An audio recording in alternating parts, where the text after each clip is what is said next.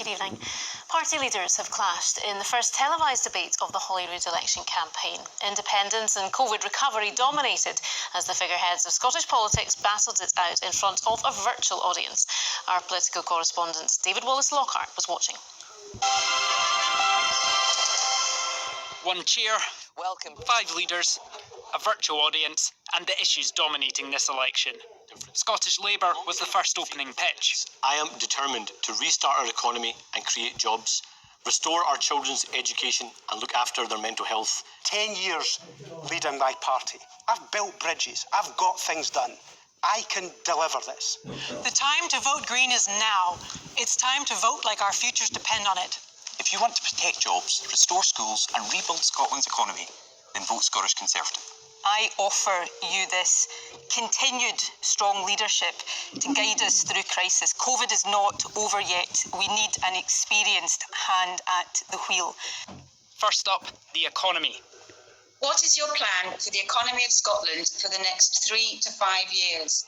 But it didn't take long to get to independence. We can't have a recovery and a referendum. That's the simple choice that we're facing tonight. If we want to make sure that the recovery is in Scotland's hands, that the decisions we take are the ones we want to take, then giving people the choice of independence when the crisis is past is important. COVID has hit people equally, whether they were yes, whether they were no, whether they were leave, whether they remain.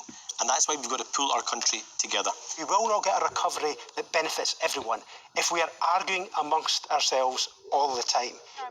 The Greens lived up to their name. I'm an engineer. I work in renewable energy. And of course, a big part of our programme would be investment in renewable energy so that Scotland can create jobs, sustainable jobs that will last us long into the future.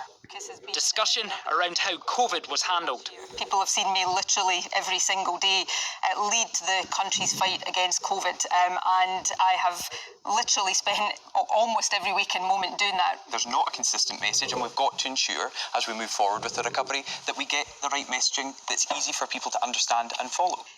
Socially distant and politically distant. 5 leaders clashing, around 5 weeks to go.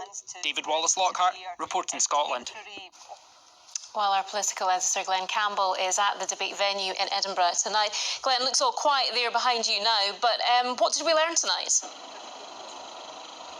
Well, we know that all 5 leaders think that COVID recovery should be the priority in the next Parliament, but they disagree strongly about the best route to achieving that. The SNP and the Greens favour independence, with Nicola Sturgeon saying that she would target another referendum in the first half of the next Parliament if the COVID crisis is passed. What she didn't say is how that would be determined. The other parties are against what I think the Liberal Democrat leader described as an exhausting debate. They think that a referendum would get in the way of recovery. The Tory leader Douglas Ross was particularly strong in his opposition, saying at one point that he didn't want to work with the SNP because of independence. That prompted Labour's Anna Sarwar to call on him to grow up. There were times when this seemed less like a battle to become the next First Minister and more about the battle for second place in this election contest. OK, Glenn in Edinburgh, thank you. Now, from Friday, the message will no longer be stay at home, but stay local. The change was among a number of lockdown easing measures confirmed by the First Minister today. Also going ahead on Monday, the reopening of hairdressers, garden centres and some more shops. But as we head towards an Easter weekend under restrictions for a second year, we're still being urged to be cautious. Katie Hunter reports.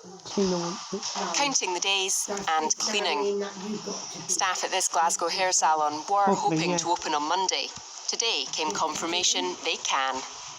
We opened this salon last March and then coronavirus hit and we had to close after 3 weeks, so it's been such a shame for the girls and all the staff. So yeah, we just can't wait to get back and be busy and just have the place buzzing again, really.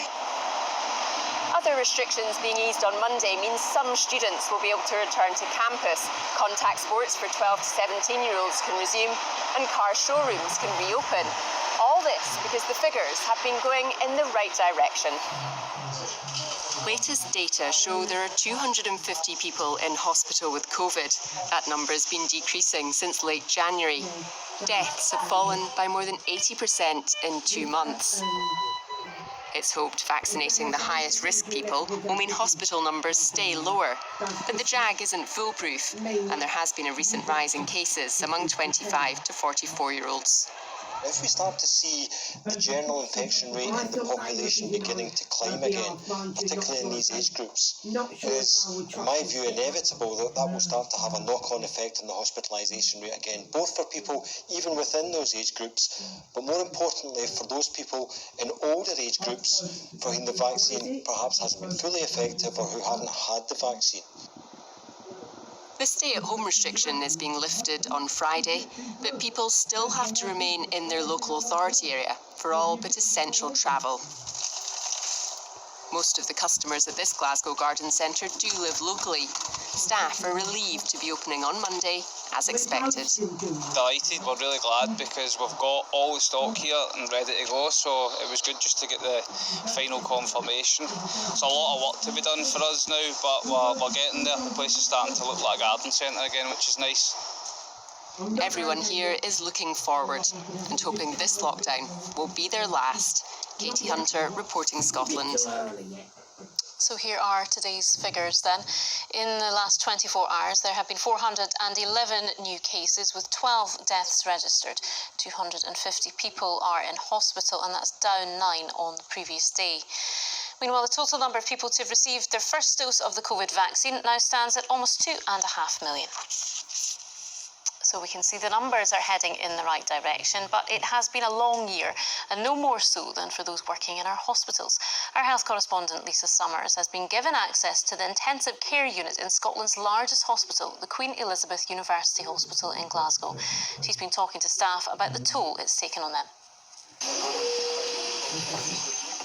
The hardest bits are when somebody dies without their family there, and we've had an awful lot of that happening this year. And that there's no feeling in the world like holding somebody's hand when their family can't be with them and their heart beats its last beat. That's just one of the hardest things in this world. It's been really difficult.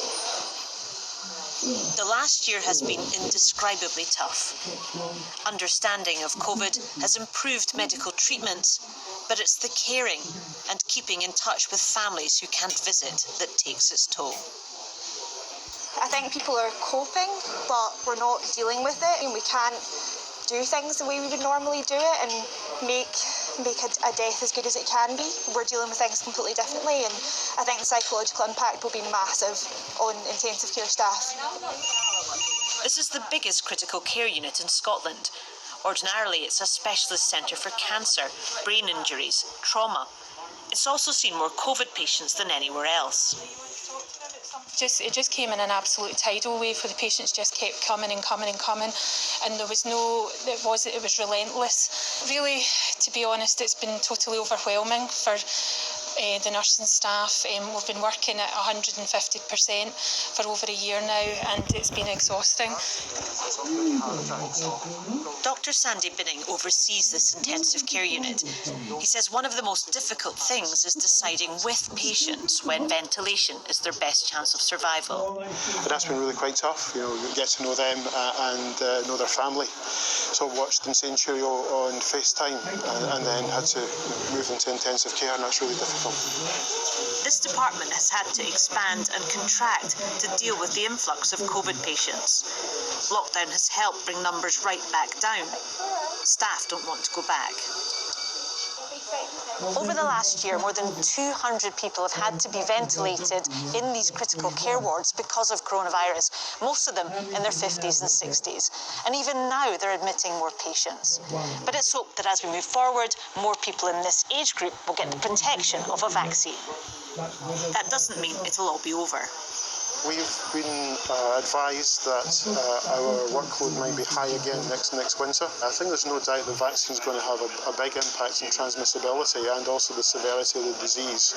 But there'll still be patients who will require critical care due to COVID-19. The summer months should offer some respite and time to rebuild before this team know they'll be stretched again. Lisa Summers with that report there. Now, there's a warning the pandemic will hit the job prospects and earning potential of young people in Scotland for years to come. A report from organisations, including the Prince's Trust, predicts the impact on young Scots entering the jobs market this year could translate into £14.4 billion lost over the next 7 years through things like lost wages. It suggests the lost output because of higher youth unemployment will rise considerably in the next 12 months. Well, now Christopher's here with the weather. Hi there. Hi Laura, thanks very much indeed.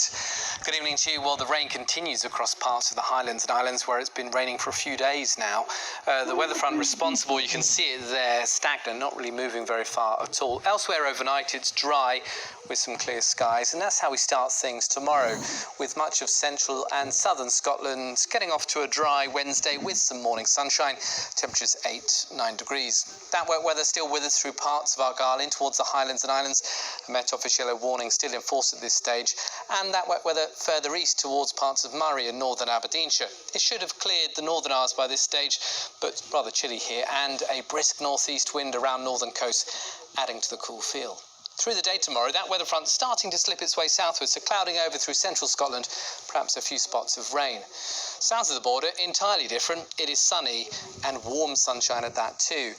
Parts of London reach 25 degrees today, tomorrow into the low 20s, so unseasonably warm pretty much anywhere across England and Wales, Northern Ireland too. Mild for us here in Scotland if you're to the south of the cloud and rain, certainly through Dumfries and Galloway and Ayrshire, temperatures in the mid-teens. Further north, cloudier, cooler.